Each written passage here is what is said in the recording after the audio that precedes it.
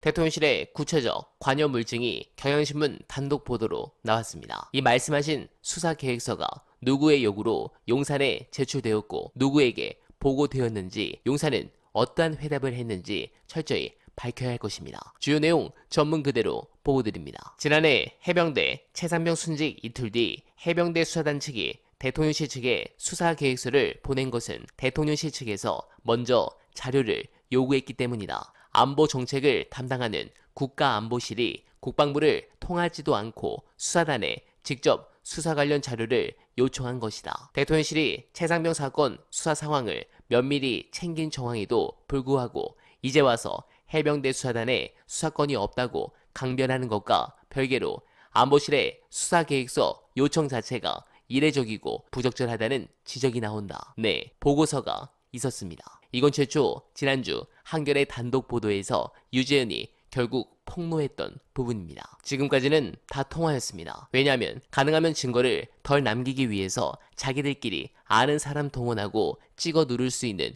윗선 동원하고 해가지고 국가안보실장, 공직기관 비서관실, 행정관까지 다 동원해가지고 전화를 했지 공식 공문을 보내거나 이걸 하지 않았습니다. 그런데 이 사안에 직접 개입했다라는 문서적인 증명이 가능한 보고서에 대한 언급이 처음으로 나온 거기 때문에 유재현의 증언으로서 굉장히 중요한 맥락입니다. 그래서인지 두창인은 기자회견에 유체이탈 화법을 사용했는데 핵심은 이거죠. 영상 보시고 이어가 보겠습니다. 대통령이 소추가 안 될 뿐이지 수사의 대상에서 빠질 수 있는 것은 아니다라는 거는 이미 지난 박근혜 특검 때 국면에서 국정농단 특검 때 이미 확인이 된 내용입니다. 지금 수사를 안 하면 그 수사 자료가 남아있을 거라고, 증거가 남아있을 거라고 누가 확정을 하냐.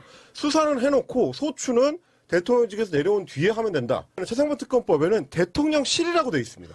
대통령이라고 하지 않았어요. 대통령실에서 무슨 일이 있었는지는 들여다봐야 되는 건데 어떻게 알아? 해봐야 하는 거지 수사를. 근데 왜 지들이 나와서 왜 대통령을 수사하려고 그래? 아니 우리가 대통령을 수사한다고 한 적이 없어.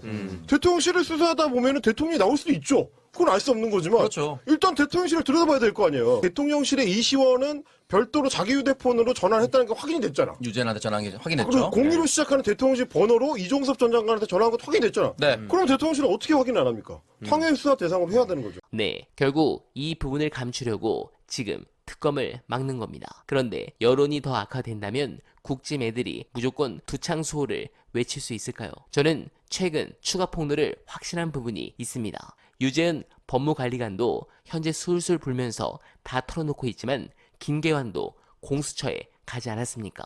10시간 넘게 조사받으면서 김계환이 일단은 대통령 경로했냐 안 했냐 이 부분에 대해서 묵비권을 행사했다고 하거든요. 묵비권은 이거 큽니다. 사실은 진술 거부권이잖아요. 그럼 인정하는 거예요. 재밌는 상황이 아닐 수 없는데 여기서 국짐이 더욱 막 나가고 있죠.